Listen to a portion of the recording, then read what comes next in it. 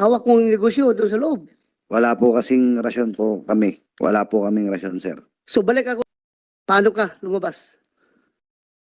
Magsasabi po ako sa bisor, tapos ang bisor po magsasabi po sa hepe.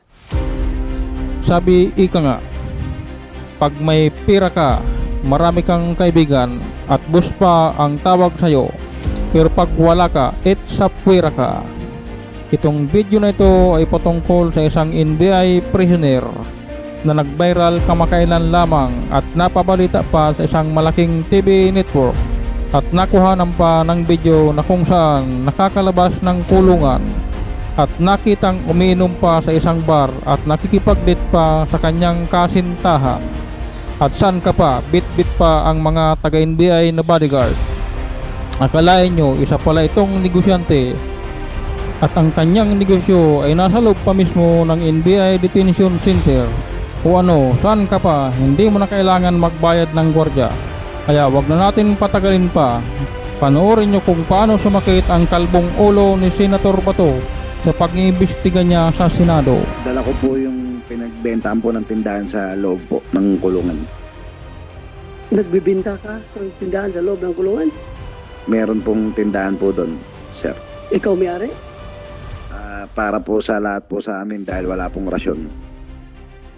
So ikaw may hawak ng pera Yes po. sa tindahan? Apo. Gaano kalaki yung tindahan na yun? Malaki. Marami pong laman po, sir. May mga soft drinks Talaga, po, ice cream. Talaga, you will considerable amount of power inside the NBI detention facility. Ikaw pa lang nagpapatakbo sa negosyo dyan. Hawak mong negosyo doon sa loob. Wala po kasing rasyon po kami. Wala po kaming rasyon, sir. So balik ako sa original question ni Mr. Chairman, Senator Tolentino. Paano ka nakakalabas? Yung 4 na beses na kalabas na walang court authority, walang court order, hindi siya medical emergency. Paano ka nakalabas yung 4 na beses na sinabi mo? So far, 4 lang inamin mo eh. Pero as far as this committee is concerned, sobra pa sa 4 yun. Marami kami report na natanggap about your going in and out of the jail. Yung 4 na yun, sige nga, paano ka nakalabas? Can you walk us through? Paano mo, hindi ka naman pwede makalabas, preso ka lang eh. O, paano mo ginawa? Sige nga, paano ka nakalabas? Starting from the very beginning hanggang makalabas ka. Anong procedure ginagawa mo? And please, do not lie before this committee, ha? Ha? Kasi kahit nakakulong ka sa NBI, pwede kita ipakulong dito sa baba. And this is not a laughing matter. This is involving the reputation of the National Bureau of Investigation. Kaya ayusin mo yung sagot mo. Okay? Paano ka lumabas? Magsasabi po ako sa bisor, tapos ang bisor po magsasabi po sa hepe. Sinong bison? Bisor Randy Godoy po. Pangalan? Bisor Randy Godoy po. Randy Godoy.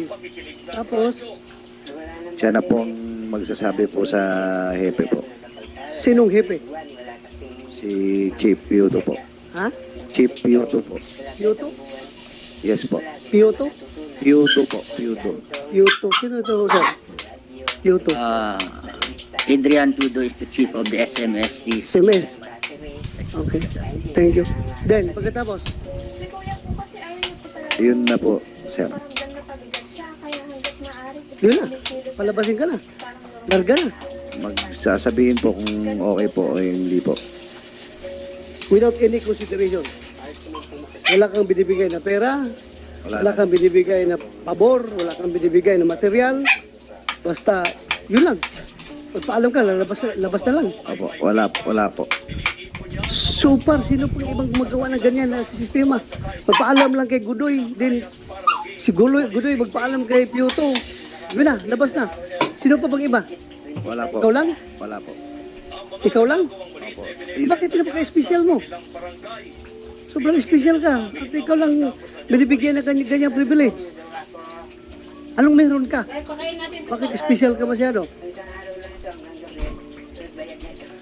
Anong meron? Wala naman po, Your Honor. Oh, pwede ba wala? Go ahead. Tanungin ko, ano yung dahilan ba bakit nakulong ka 4 years ago? Yung sa murder case ko po. Murder case. Yes po. Ilang kaso na i-file sa'yo? Yung sa murder case po, tsaka po yung sa kaso po namin ni Senator Laila de Lima po. Sino? Senador de Lima po. Senator De Lima. Murder case tapos yung kay Senator De Lima. So lahat ng kaso ng kay Senator De Lima sa Muntinlupa, kasali ka rin. Yes po. Ay yung di ba meron na dismiss na? Yung murder ko po. Hindi, yung kay Senator De Lima meron na rin na dismiss. Meron po. So dismiss din yung sa'yo. Yes po. So ang pagkakakulong mo na lang ngayon ay tungkol doon sa murder at yung natitirang kaso ng drug cases ni Senator De Lima. Opo. Yes po. Yung murder po, dismiss na. Dismiss na yung murder. So kaya ka nakakulong ngayon dahil doon sa drug cases. Yes po. Paano ka nadawit sa kaso ni Senator De Lima? Anong participation mo doon? As charged. Anong charge sa'yo? Hindi ko po din po alam kung bakit po ako nadamay po eh. Normal yan. Alam mo kung anong kaso kinakaharap mo eh. Alam ka naman hindi mo alam kung anong kaso. Anong kaso mo? I-consult ko na lang po ang lawyer ko po, sir. Ikukusult. Alam mo na yan eh. Nagkakulong ka, magkonsulta ka pa. Ano? Anong kaso na kinaharap mo? Hindi ko rin po alam, sir, na kung bakit po ako nadamay, sir. Hindi nga. Anong charge sa'yo? Katulad po ng charge po sa kanya, drugs din po, sir. Kaya nga ano nga in particular, napakahaba ng provisions ng Dangerous Drugs Act na pwede mong i-violate. Yung what specific crime? Titanungin mo yung abogado mo. Si kuya po kasi ayaw niya po talagang parang ganda pabigat siya. Kaya hanggat maaari, kumikilos siya na. Conspiracy to commit illegal drug trading, Section 26 po. O yun ang tinatanong ko. Sorry po. So sa loob ito ng Muntinlupa, ng Bilibid.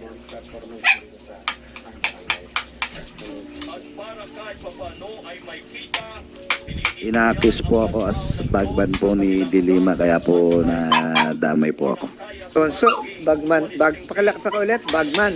Bagman po ni Senator Laila de Lima. Patatandaan ko, sa Bilibid yun eh. Tapos dadaling ka uli ngayon sa Bilibid. Di ba? Di kaya, Director, familiar territory naman siya doon. Ilang kaso mo pa natitira? Isa po. Opo. Yung papel mo dyan as bagman, PDL ka ng Bilibid, no? Ibig mo yung, Hindi po. staff ka ni Senator De Lima? Wala po. Hindi po. Paano ka nalig sa kanya? As bagman. Mababasa mo man yan sa charge. Alam nga naman, lalabas na yung kaso mo na hindi mo alam. Paano ka sinarge? Bakit ka may ganung kaso? According to the prosecutor. Paano ka prosecute? Itanong ko lang po muna sa lawyer. Sige, tanongin mo.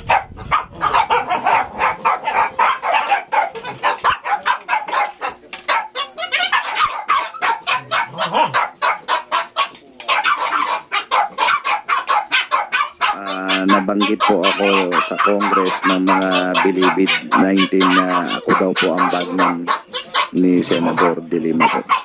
No, Pero hindi ka nagabilibig. Hindi ka priso doon. hindi po. Okay. Thank you. Senator De Lima. Hindi naman po. Hindi. Kasali doon. Hindi ko nga po alam. Yung murder case mo naman, saan yun? Sa Quezon City po. Sino pinatay mo? Pagbintangan lang po ako doon, sir. Nagbintangan ka? Yes po.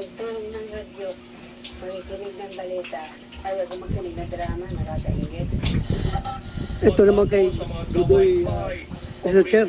Tanungin ko si Mr. Godoy. Anong item mo sa NBI? Security officer to, Your Honor. Security officer. So regular ito, sir, plantilla ito.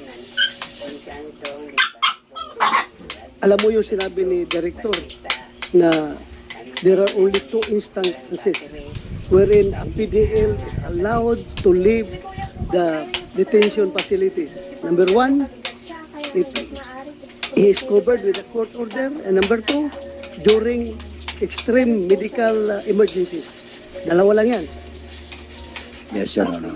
Which condition is present at the time that you give the approval for DERA to live outside to leave the premises? Your Honor, hindi po ako ang nagbigay ng approval. Sino? Yung chief po namin. Nasaan siya ngayon, sir? Hindi ba pinadala dito? Your Honor. Pero bago ma-approve ng chip, ini-endorse mo. Ay, hindi rin po, Chair. Eh, yun ang sabi ni Jad kanina lalapit sa'yo, tapos makakarating doon sa chip. So, sino magpapaabot, magpapaalam doon sa chip? Si Mr. Dera din ba? O ikaw na? Your Honor, ang request po kasi hindi lahat po dumadaan din sa akin. May instances lang po na sabihin nila sa akin, ipino-forward ko naman po. Pero minsan, sa lawyer na po sila nagsasabi ng request, diretso na po doon sa opisina. Iba na to, lawyer na yun. Lawyer na Yung request po ng mga PDL, doon po nila pinapadaan.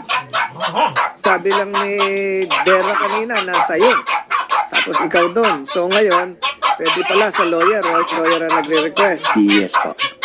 Mr. Chair, I think Agent Adrian Feudo is around. Can we invite him? Popoy natin dito. Kung saan siya?